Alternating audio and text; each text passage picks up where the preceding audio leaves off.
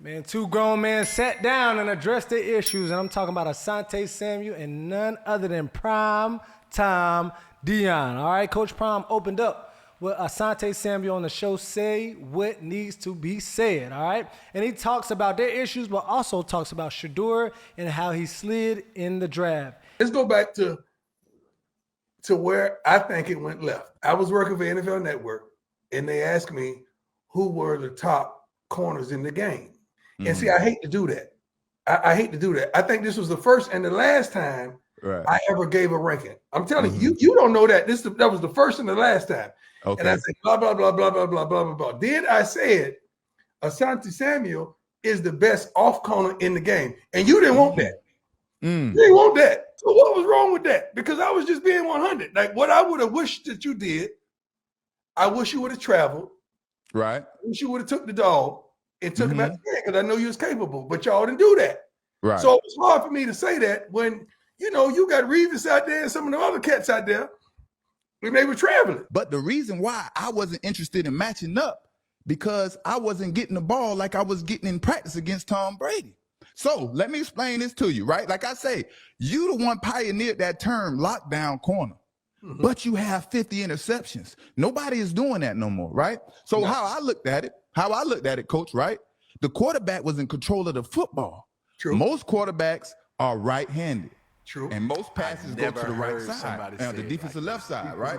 So my mindset was, I'm going to take away the quarterback's favorite side to throw to. And that's going to create the advantage for the defense. So I'm playing the quarterback.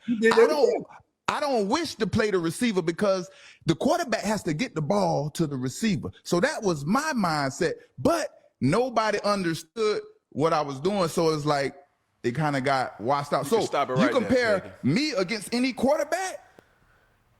I never heard somebody or a cornerback ever say it in that way. And it makes complete sense.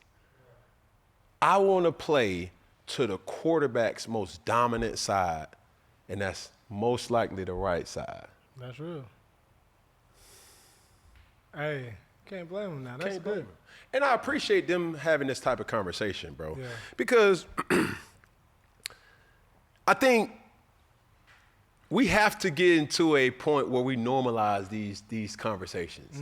We normalize differences and being able to say we agree to disagree, but we can also commingle at the same time. That's what debate is all about. That's what good content will do. You feel what I'm saying? It's not necessarily about who's right versus who's wrong. It's about make your point and let's discuss. And that's maturity at the end. For sure, man. Hats off to Asante and Coach Prime, just about this. But there was more that he spoke about. Yeah. And so as he spoke, obviously he talked about Shadur and the sliding of Shadur in the draft. And he said it hurt. But Shadur and Shiloh are using their draft stock or even going undrafted as fuel. And certain things that were said about, he addressed some of the things that were said about Shadur from his attitude, and he heard news that, Shadur had headphones on when he was doing his draft interview, and, he purposely was acting a certain type of way, and he pretty much declined a lot of that. I was like, bro, I'm raising a professional. You know what I'm saying? And for him to come in and do something like that, that's all he say, she say, and it's not real. I look at it like this, bro. Everything that I say and everything that I report comes from an explained source. Correct, yeah.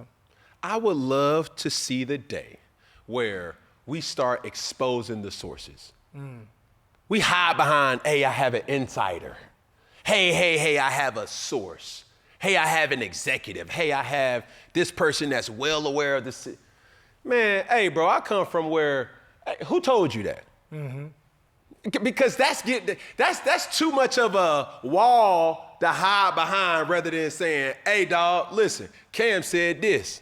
Fact. Matter of fact, the executive at the Falcons said that they didn't want to take Shadur. Yeah. Straight up, right? And you have to understand there's many different layers of Deion Sanders in this type of dynamic. Yeah. He's a father. He's the coach. Yeah. That's two different emotional roller coasters that people have to understand. So you have to be able to, as the listener, and it's hard to do.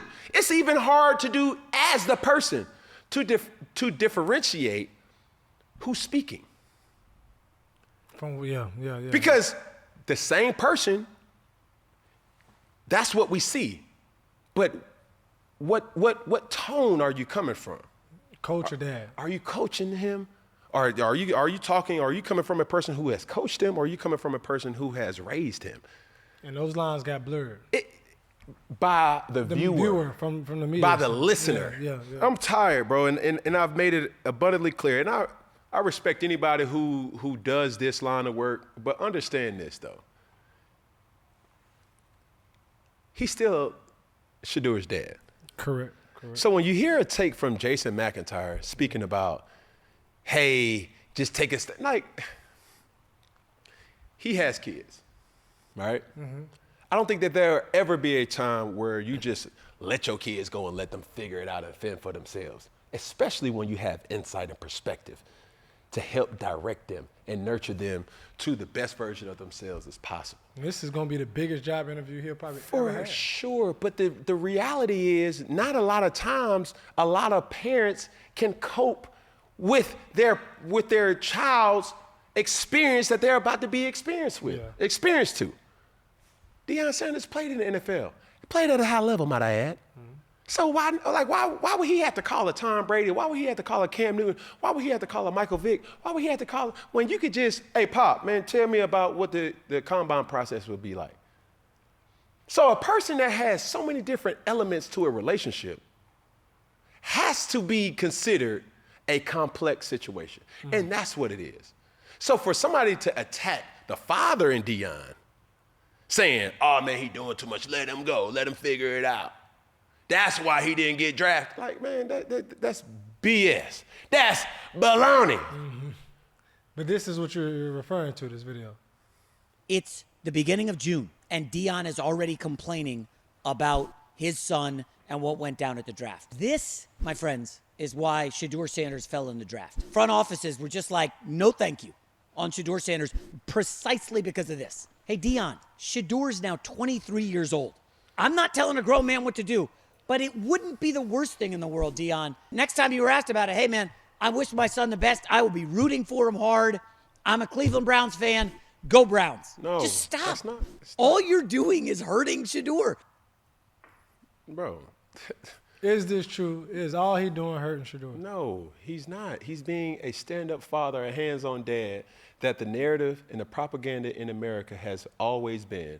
Black fathers don't show up for their children. Mm-hmm. So when you have a bold figure like Deion Primetime Sanders to stand on the table and voice his opinions and try to structure his sons in a way, you got guys like Jason McIntyre that just don't get it yet. Yeah. Because Jason, if your son or your daughter were to make it to the professional level, and I really do hope they do, you'll have more of a perspective of where Deion is coming from.